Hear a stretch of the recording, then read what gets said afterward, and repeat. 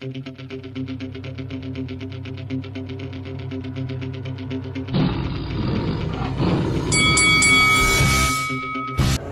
up? It's your boy Roy Jones Jr. and you're watching Lights Out. This is Faisal Khan for Lights Out, proudly sponsored by Spartans Law. And with me via Zoom all the way from the US, I'd like to be joined by former professional boxer and current promoter, Dmitriy Salita. Dmitriy, good afternoon. Happy New Year. How are you doing? Thank you. Happy New Year. I'm doing good. Trying to stay warm. It's been a bit of a cold breeze over the last few days, but all good. Well, I mean, I understand that the weather in New York is meant to be really cold. I'm due to travel out to New York in a few weeks' time. Any chance of the weather picking up, or can I expect it to remain the same as it is right now? I don't know, but I would say dress warm and be ready for some snow. I'll bear that in mind. Firstly, Dmitry, let's just start by talking a bit about Savannah Marshall, telling everybody that she's reactivated her rematch clause with Claressa Shields and says that she's also hopeful of that rematch taking place at some point, I believe, in the summer, and for that rematch to be scheduled at St. James's Park in Newcastle, which is Savannah's hometown. What can you tell us about that, Dmitry? There's nothing for me to say about it. I mean, we would explore the possibility of doing a fight with Savannah Marshall. That's not completely an accurate statement of Savannah saying, naming the date and the place and all that stuff. That's not how it goes. But I do not like to negotiate and talk about these type of details in public. All I want to say is that it was a fantastic fight with Claressa and Savannah, and I do think that a rematch down the road makes a lot of sense for both fighters and for the boxing fans, most importantly. And we would love to entertain the idea, but there's a lot of room between the cup and the lip, as they say, to say that Savannah triggered it. It's good. It's good that, and by the way, I have a lot of respect for Savannah. She's a phenomenal athlete and a very good fighter. But that's a very blanket statement and not completely accurate. Say that she triggered. It's a bit of a sensationalism. But with that being said, we do like the fight and we'll explore it. And I hope that it can happen next year, or this year, sorry. But with Claressa currently holding all the belts, does it not make more sense for perhaps your side to decide where this rematch takes place? Because Savannah said on Sky Sports Soccer AM that she would like the rematch to take place in St. James's Park. Is that a possibility for you guys, perhaps coming back to the UK for a second fight with Savannah or Dmitry? Yeah, so Savannah, obviously, it's the holiday season, so she has every right to talk about her wish list. But again, there's lots of details that need to be worked out as to when the fight will happen, when it will happen. And I do not want to comment on it publicly, but all I can say is Savannah giving it a time frame and a location is completely inaccurate, and we do not have those obligations. So with that being said, we'd love for the fight to happen, and even if it happens next, although I think that it will be better if both fighters have a fight in between, and certainly Savannah shows some improvement to obviously help build the rematch. I don't think that from a fan point of view and, building these big fights, it makes sense for them to go right into the rematch. But it is something that we're interested in exploring, even if it is next. Claressa will no doubt like to fight Savannah again. It is a big fight. It's probably one of the biggest fights in women's boxing, in boxing as a whole. And yeah, we'll definitely explore the possibility. We loved coming to the UK. I love the boxing culture in the UK, like I said so many times. And I was there with Claressa, and then a month later with Jermaine, with Dillian Whyte. I love boxing in the UK. Love the fans, love the press, love the boxing energy that there is. in the UK, and certainly women's boxing has experienced tremendous growth this year with Claressa and other great female fighters from the UK. So we definitely are open to having Claressa fight in the UK if it's with Savannah or with anybody else, and that may happen this year. Well, nonetheless, listen, the first fight was great to be a part of. Obviously, it's an undisputed clash, and I'm pretty sure fans would love to see a rematch. But listen, fingers crossed, we do get to see that rematch somewhere along the line. You just mentioned you were in the UK on a number of occasions last year, and I spoke to you quite a few times. Spoke to you during the Eubank Williams fight week, of course, the Marshall Shields fight week, and Whyte Franklin fight week. And the last time you were out in the UK was for obviously Dillian Whyte versus Jermaine Franklin. Looking back on it, a very, very good heavyweight fight, and I think Jermaine Franklin really has put himself on the map with the performance he put in, but Jermaine wasn't happy with the end decision of the fight. What can you tell us about what happens next with Jermaine Franklin? I'm pretty sure you guys have looked at a rematch, but if there is no rematch with Dillian Whyte, there are a number of names in the heavyweight division. So what is next for Jermaine Franklin, Dmitriy? Yeah, I really believe that the best fight for both guys. Sorry, the cold air has got the better of me. The best fight for both guys is a rematch with each other. I believe that Dillian left a lot of questions with that performance, and he was kind of hoping to steamroll Jermaine. He did not. Jermaine, most believe, won the fight, and after the fight, Dillian came with a list of excuses as to why he didn't perform or why his performance was so subpar.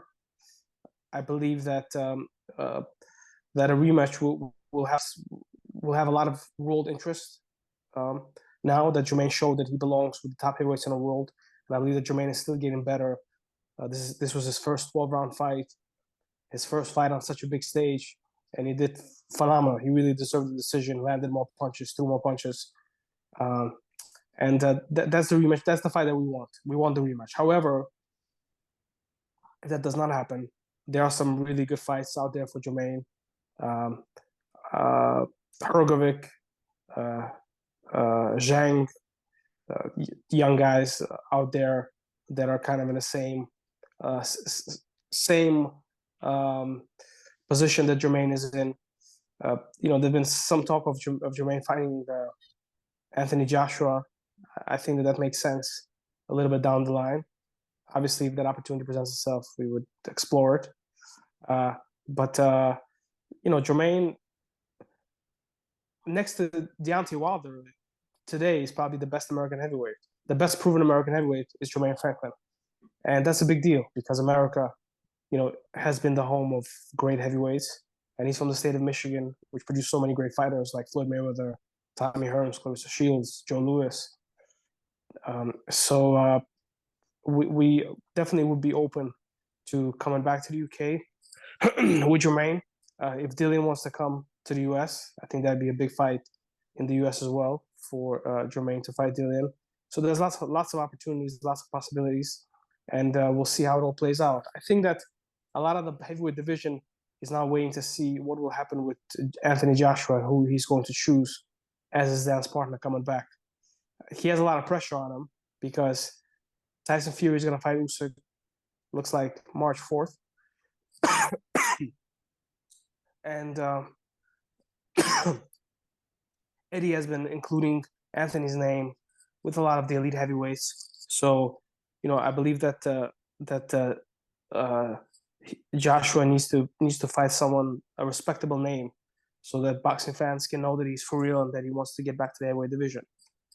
In my opinion, the other guy that I represent, but objectively makes the most sense, is Otto Wallin, who gave Tyson Fury the most toughest and challenging fight of his career, with Tyson fighting Usyk in March. And I believe I've read that Joshua is going to come back at the end of March, early April as well. Just makes a lot of sense for Otto to fight Joshua. And obviously, Otto wants to rematch with Tyson Fury. Joshua wants to fight Tyson Fury. So a fight with both of those would be a great measuring stick to see that the winner gets that fight.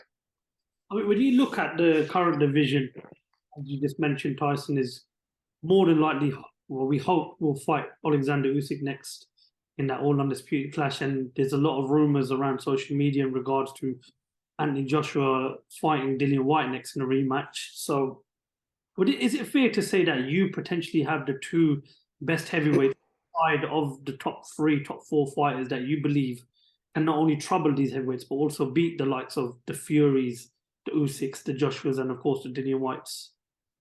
Yeah, I mean, I mean, the way Dillian Whyte looked in his last fight, as a boxing fan, if Anthony Joshua fights him, it's like it doesn't impress me because Dillian, I think has been stopped in the last 4 fights. He's been stopped. Sorry, in his last 3 fights, he's been stopped twice, I think, right, by Povetkin and by Tyson Fury, and he's had that very subpar performance against Jermaine that most people felt that he lost.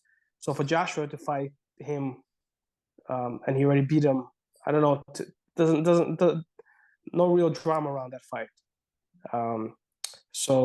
Another name really, if you think about it, that would make a lot of sense and will certainly create a lot of interest is for Jarrell Miller to fight Anthony Joshua sometime this year. That's a big fight that never happened. I'm sure there'll be a tremendous amount of interest. Some people like Jarrell, some people don't like him. But he's been out of the ring for a long time. He's paid his dues, and and we've never really seen Jarrell fight at the elite level against the likes of Anthony Joshua. So, I've been with Jarrell for over a decade, and obviously the time off, affected him. Those are some very important years of his career. So, he wants a chance to prove himself on that big stage against one of the elite heavyweights. And certainly him and Joshua have a lot of history together. Maybe that's a big fight to happen down the road as well. I mean, again, the heavyweight division right now there are a number of great fights, not just for obviously your guys, but also the rest of the heavyweight fighters. Sure. Mm-hmm. You look at outside five, there's probably another 10 or 15 more names you can pick from. And obviously I'm pretty sure you want to get Jermaine as active as possible. You want to get Otto Wallin as active as possible. I remember I spoke to Otto in the build up to the Fury versus Dillian Whyte fight week, and he mentioned about Derek Chisora. I mean, is that a name that's a possibility for maybe not even, but also perhaps maybe Jarrell Miller and of course Jermaine Franklin? Is that something you'd be interested in, Dmitriy? Definitely. I mean, Chisora versus Jarrell would be a great fight. Both of them have very explosive personalities, and I think that would make a lot of sense. For Jermaine as well, Jermaine is kind of a young guy. Derek is an old, proven warhorse. A great fight for Jermaine and for Derek as well. So yes, definitely interested in that possibility. I do think that Derek, tough guy, and I like him and did a lot for the sport of boxing. But I don't think that he should fight for too much longer. Maybe 1 or 2 more fights this year, and he should call it a day. Because he's a physical guy. He's in every division. He did absorb a lot of punishment throughout his fights. He's always fought the best fighters in the world, and he took a lot. He took a whooping with Tyson Fury, and and Tyson is a big puncher, a big guy, so that has to take effect on him. So we want to see fighters healthy when they retire, and I think that Derek should think about calling it a day sometime soon.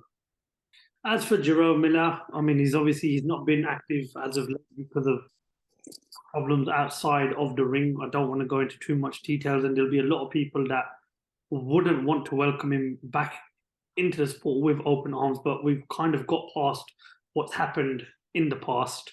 What would your message be to those that wouldn't want to welcome Jarrell back with a positive approach? Because it has been a number of years now. Yeah, no, I mean, so I understand and respect that opinion, and you obviously have to take that into consideration. But Jarrell has dedicated his life to the sport of boxing. That's what he does for a living. That's how he pays the bills and provides for his family. He's been out of the ring for a long time. He's came back, had 2 wins in 2022. He's ready to get in the world, and he became reinstated in the Nevada State Athletic Commission, which suspended him, gave him back his license. So and Nevada is one of the toughest, most scrupulous sanctioning, governing bodies, governing states in the world of boxing. So I certainly respect their opinion. Jarrell's been out of the ring for a long time. He hasn't had a big fight since 2018. So, he's more than paid his dues. Obviously, fighters at the elite level of the sport today have also been through similar challenges, including Dillian Whyte. So unfortunately, it's part of the sport, and I do think that strict measures should be taken to make sure that things like that do not happen. At the same time, we have to abide by what the rules are today, and he's licensed in Nevada. He paid his dues.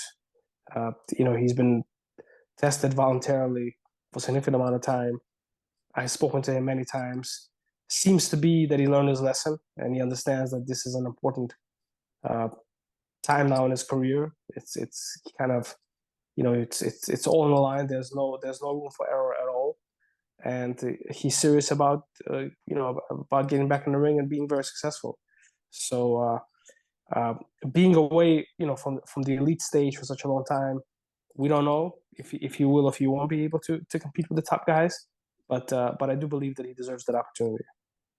I mean, there's a lot of people still talk about that press conference between Jarrell and Anthony Joshua, or the little snippets we've seen online of the face off, the gloves are off, which featured Johnny Nelson. I'm sure it's a rivalry that both haven't forgotten, and it won't take much to sort of spark up that rivalry again. That fight between Jarrell Miller and Anthony Joshua, it never happened. I mean, do you still believe that there's still an interest from the public for that fight, and is that fight still a possibility to be made at some point? Perhaps not if in 2023, but maybe later in 2024 when Joshua's got a couple of more wins under his belt and we've seen more of Jarrell back in the ring. Yeah, I mean, I think Jarrell versus any of the top names is a big fight. Certainly, him and Joshua have the history. I do understand Anthony if he would not want to entertain that possibility. I understand where he's coming from, but I do believe that it's a fight that boxing fans, will be very interested to see. Certainly, I feel it would drive up a lot of subscriptions to whatever service it ends up on, and then do a lot of pay-per-view buys. And Jarrell is a great personality. We have to see him function and compete and beat guys, at the top of the division. But I believe that it's a huge fight, and his personality is still like it was before, matured a little bit. But I believe that Jarrell has a lot of unique flavor that the heavyweight division needs, and if given an opportunity, I believe that he will add some spice to the division. And when that happens, he should be adhered to very strict testing and very, he understands that he's going to be looked at with a microscope, and that's okay, and that's understood, and I think is the right thing to happen. But with that being said, he's licensed and he deserves an opportunity to see if he still got it. Every time I speak to you, I always have a little bit of a joke, sort of off camera about a comeback and how it makes you feel when you see former fighters doing these exhibitions. And we've spoken a bit about Jake Paul and Logan Paul as well. We've spoken a bit about Misfits boxing, and you've always said that that hunger's never gone from you. I mean, could 2023 perhaps maybe be the year we see you get back in the ring for an exhibition, or I don't know? You've always stated another fight with Amir Khan, or you'd love the possibility of perhaps an exhibition with Floyd Mayweather. What can you tell us about the chances of Dmitriy Salita getting back into the ring for one last dance? So it's funny that you bring it up, because I was blessed with some great news over the last couple of days. I got inducted into the New York State Boxing Hall of Fame. Congratulations. With Paulie and Zab, and it's a great honor to me. Now being in the promoting business, but being remembered for my boxing days is great. So someone called me this morning and said, Dmitry, would you do an exhibition? Just a friend. And so, yeah, I think I would entertain it. I would entertain it. It could be fun. yeah, it could be fun. I would have to do a good training camp, and it'll bring back some great memories. But I do stay in the gym, and yeah, maybe. Do you want to see it? You want to see me? Who you want to see me against? Listen, if that's what your heart is set on in one last dance, then bring it on. Why not? But the $1 million question would be is not who would I want to see you in the ring. If you had a choice of having, let's say, an 8-round exhibition, who would your ideal opponent be and why? I haven't thought about it. I guess it depends on the location. I mean, I would do it with some of my contemporaries from the same time as when I was around. So yeah, maybe some guys will see this interview and it'll spark some interest, man. Amir Khan Let's versus go. Amir, maybe Amir. Yeah, I just saw Amir in London in November 27th at a Sky show, and he's a very nice, humble guy, and we formed a friendship after our fight. And he's doing a lot of great work throughout the world, using his name as popularity, and he's a nice guy, and yeah, maybe we could do it with Amir. One thing I wanted to ask you, this is a question I'm going to sort of expand as the year goes Sure. on. Fighters is how do you guys sort of manage to deal with not being in the ring because you've dedicated your whole sport, and then one day you just have to call it a day, you have to move on. But what's it like not being in that environment? Because one kid you were boxing, and then all of a sudden one day you go. What's it like?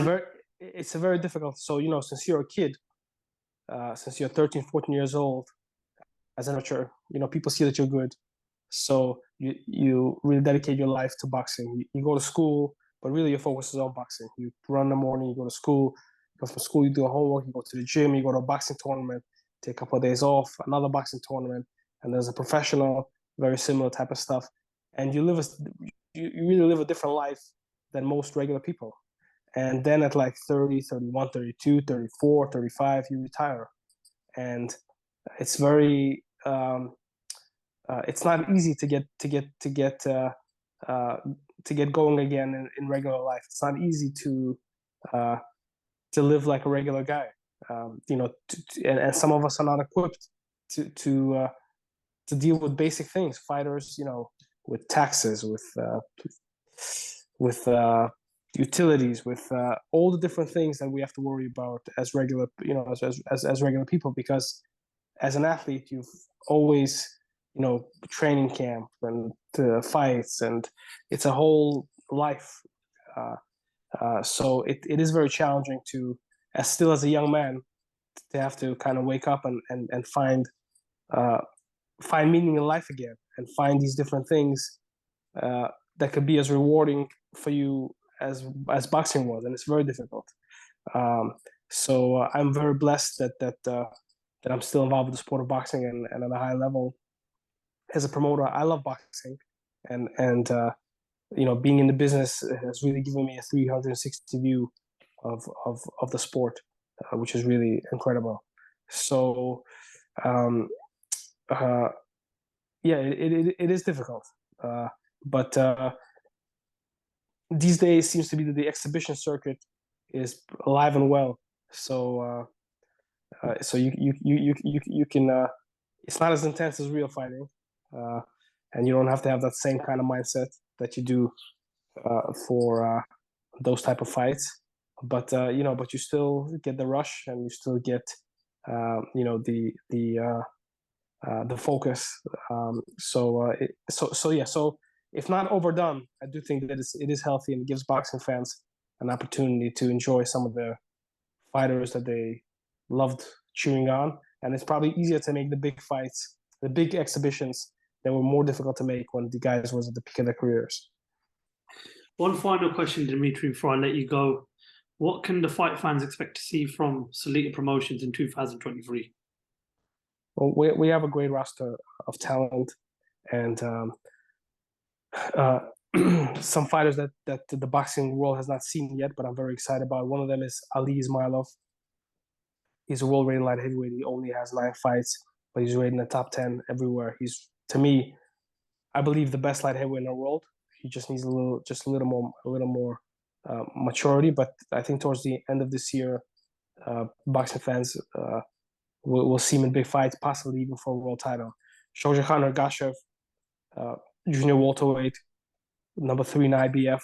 Hope working on getting him a title shot this year.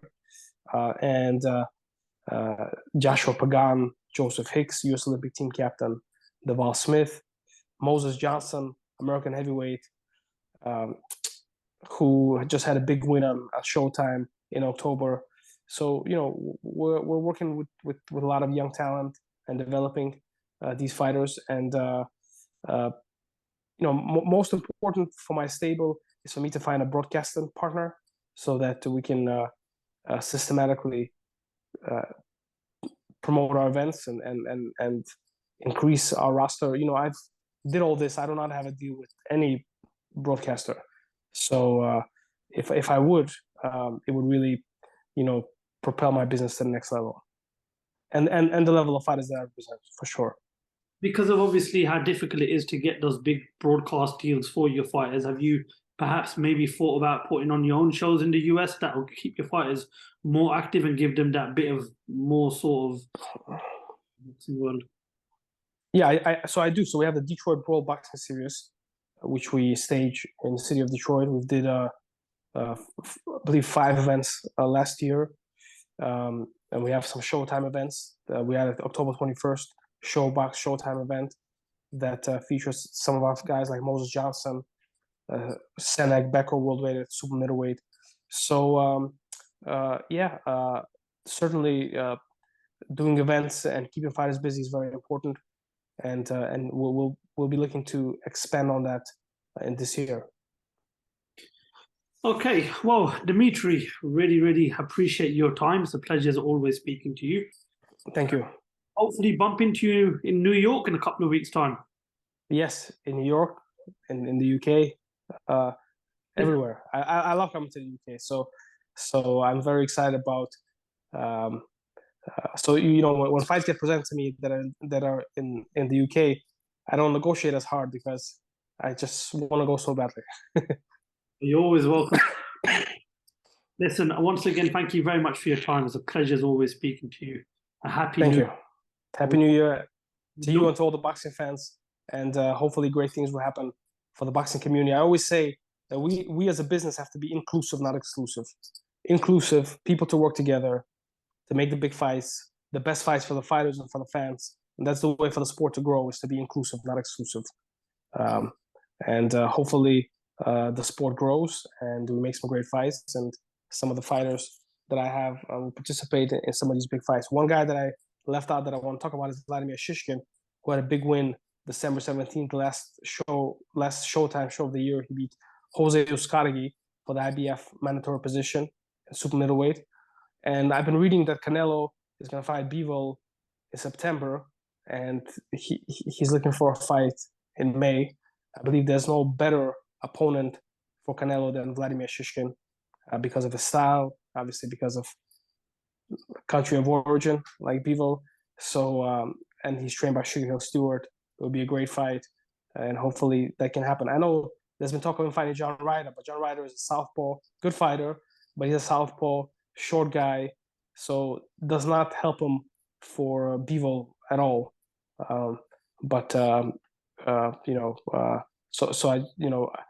I do want to put Shishkin's name in the Canelo lottery.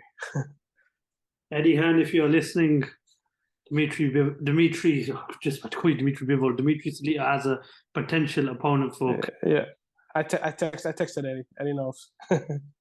Hey. Dmitriy, once again, thank you very much for your time. We look forward to catching up with you, whether it's in the US or the UK, and hopefully we shall speak to you soon. Happy New Year, and once again, thanks, man. Thank you.